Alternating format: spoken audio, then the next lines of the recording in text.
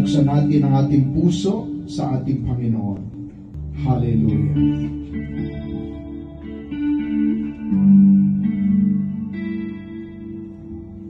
Sa Panginoong Jesus, ako magtitiwala sa biyaya niya, Ama. Buhay ko ay may kalinga sa pagsubok at may naroon siya't dumaramay. Ang Panginoon'y tapat kailanpaman. Kung ika'y nanlalamig,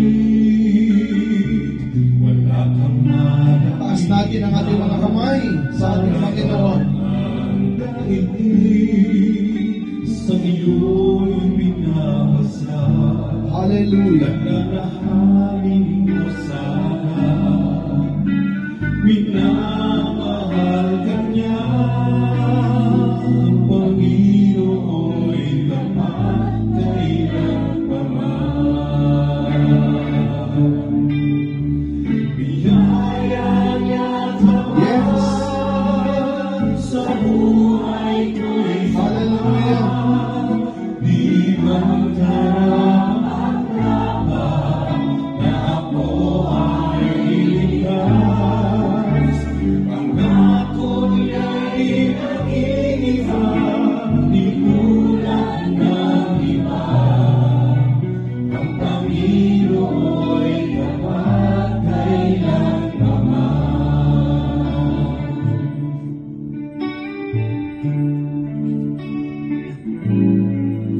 Kung ika'y nanlalamig,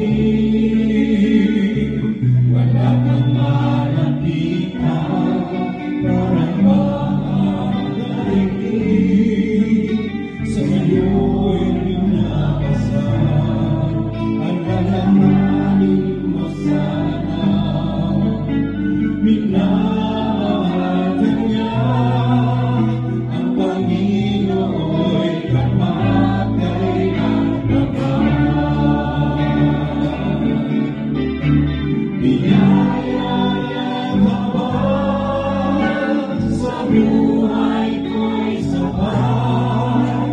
Di man karapat-dapat na ako ay iligtas.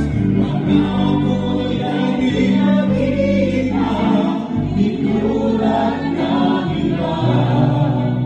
Ang Panginoon'y tapat kailanpaman.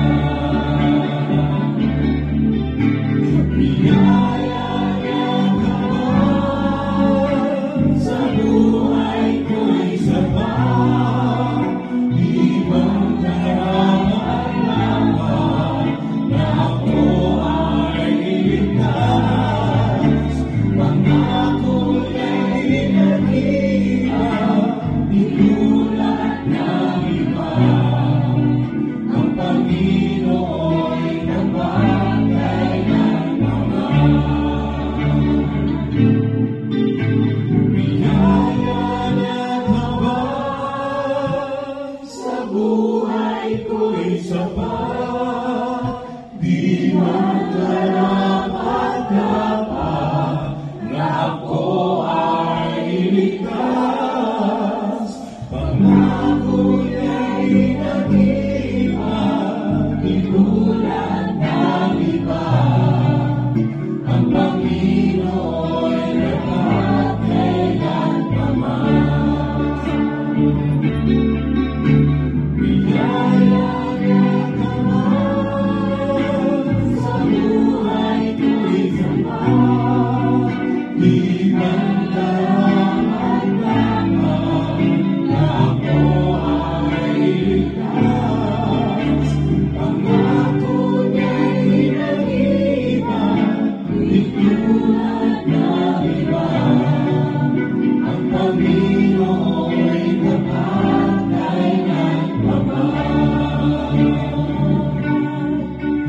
Ang Panginoon'y tapat kailanpaman.